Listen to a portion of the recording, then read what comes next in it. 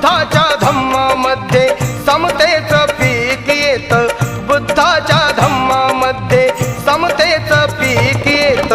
प्रज्ञाशील करुणेनं जीवनाचं सोनं होत, प्रज्ञाशील करुणेनं जीवनाचं सोनं होत। बुद्धाच्या धम्मामध्ये समतेच पीक येत, बुद्धाच्या धम्मामध्ये समतेच पीक येत।